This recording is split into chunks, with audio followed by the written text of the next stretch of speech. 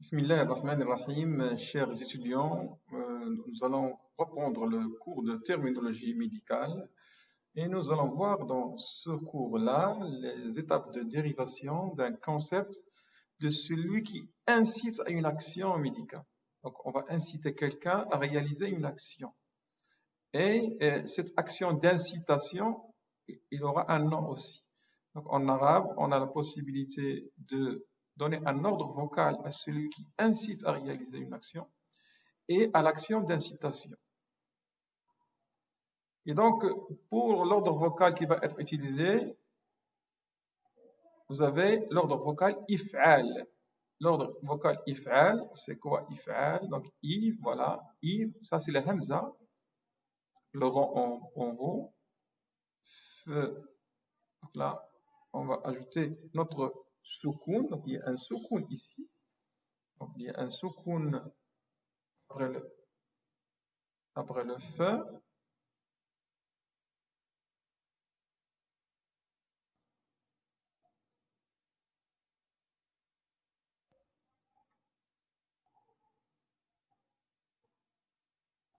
Donc, après le feu, donc vous avez un soukoun ici.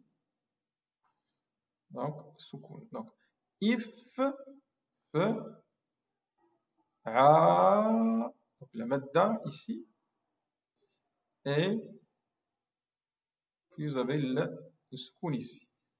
Donc, on est if'al. C'est ça. Donc, restons dans notre malade et maladie. Donc, la racine de la maladie, c'est marad. Bon. Donc, ici, i, voilà le i, f. Et vous avez a. Donc, ici, le a, c'est la même chose. Ici, vous aurez, c'est la madda. Donc, if'al. Voilà, la madda. If'al. Donc, ici, vous avez le soukoun. Donc, c'est quoi le concept ici? C'est inciter, l'action d'inciter à une action. Donc ça, c'est l'action d'inciter à une action. Et on lui demande de faire une action. C'est l'action de demander de réaliser une action ou de l'encourager à réaliser une action. Et donc ici, on va remplacer notre... Donc vous avez ici donc là, il faut prendre ici. Donc voilà notre...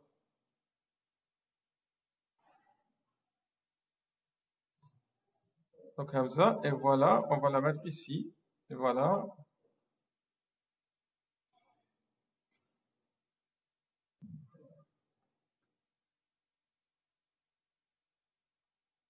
Et donc on est devant quoi? Devant im.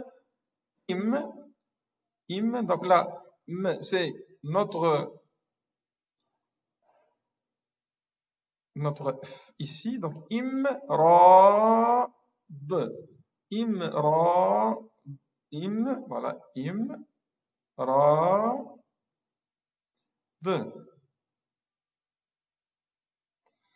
Voilà. Et donc imrad, on va pas l'écrire comme le français, on va utiliser notre phonétique qui désigne les lettres arabes. Comme ça, vous n'aurez pas de problème.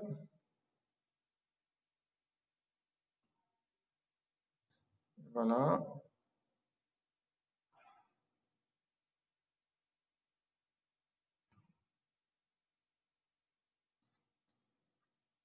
On la remplace. On a besoin de la hamza. Voilà notre hamza. Donc, imrad.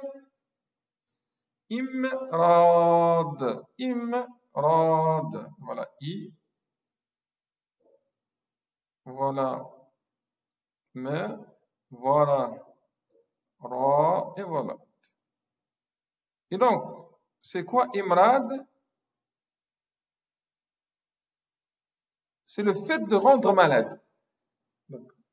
on va inciter à quelqu'un à devenir malade. C'est pas quelqu'un, mais un organe. Ça va être pour un organe, pour une cellule, pour quelque chose dans l'organisme. Et on va l'inciter lorsqu'on l'incite à être malade. C'est pas nous qui l'incitons, mais il y a un facteur extérieur, par exemple. Par exemple, une bactérie va rendre malade le poumon. Et donc, il a réalisé l'action, il l'a rendu malade. Et donc, cette action de rendre malade, on va l'appeler imrad. Imrad. Imrad. Bien sûr, là, c'est l'action. Celui qui va faire l'action, c'est-à-dire le facteur qui va entraîner l'action, ici, par exemple, on a dit ici la bactérie qui va rendre malade le poumon, on va lui donner un nom, le nom de celui qui fait l'action. Et donc, comme il rend malade, on va utiliser l'ordre vocal mouf, il,